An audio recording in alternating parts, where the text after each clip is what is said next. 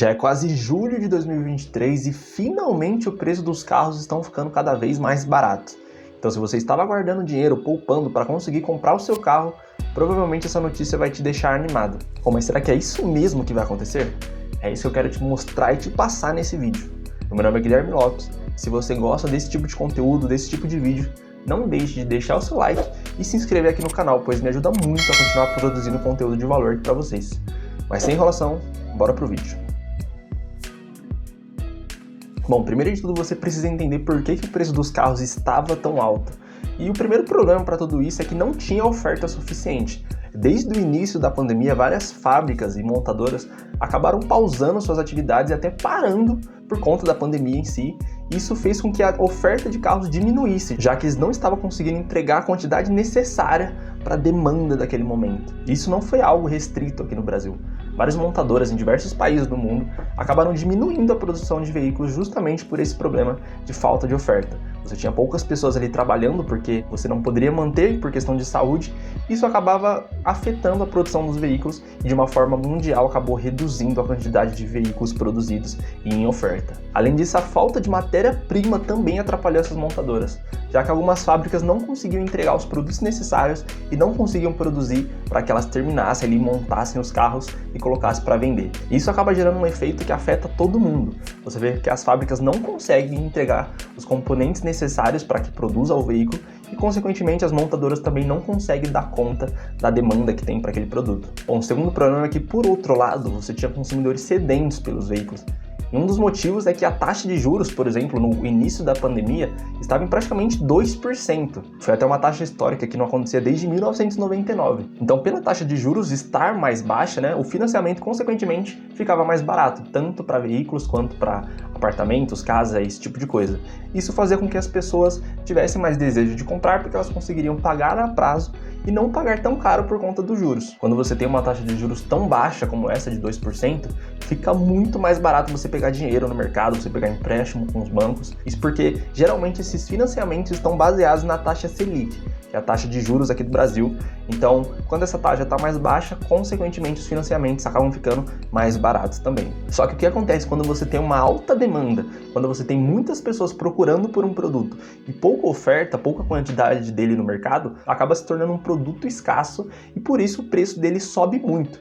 Isso não aplica somente ao caso dos veículos, como eu estou falando.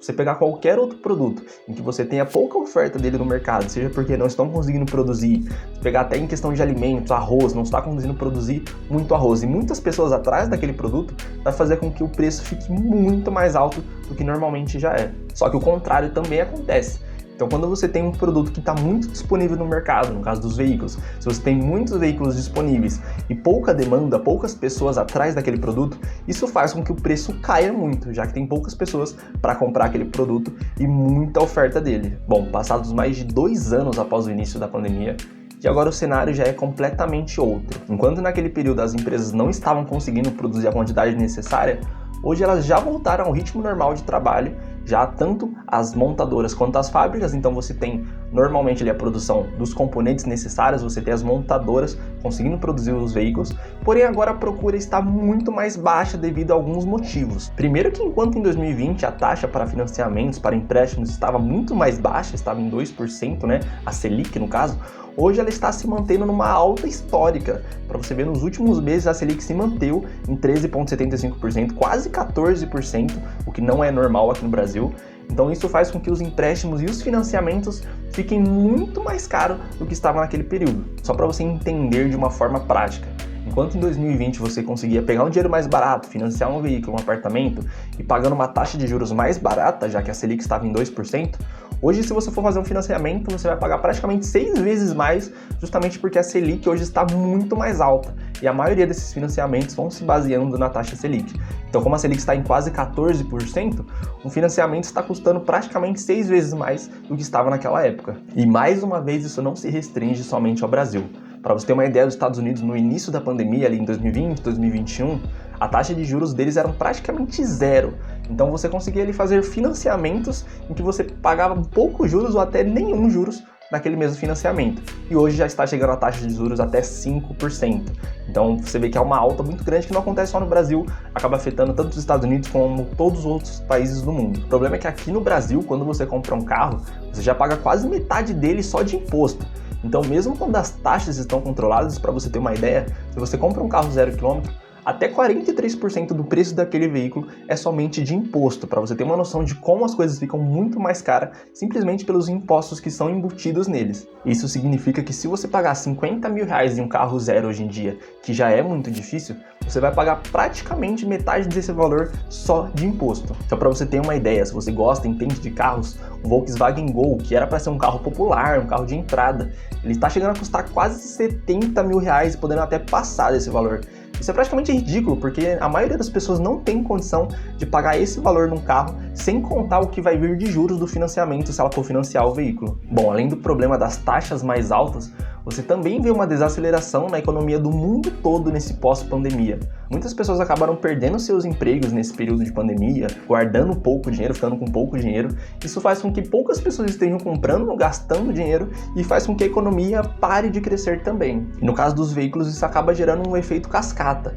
Você tem poucas pessoas atrás daquele produto, muita oferta dele, já que as fábricas já voltaram à produção normal de veículos, as montadoras, né?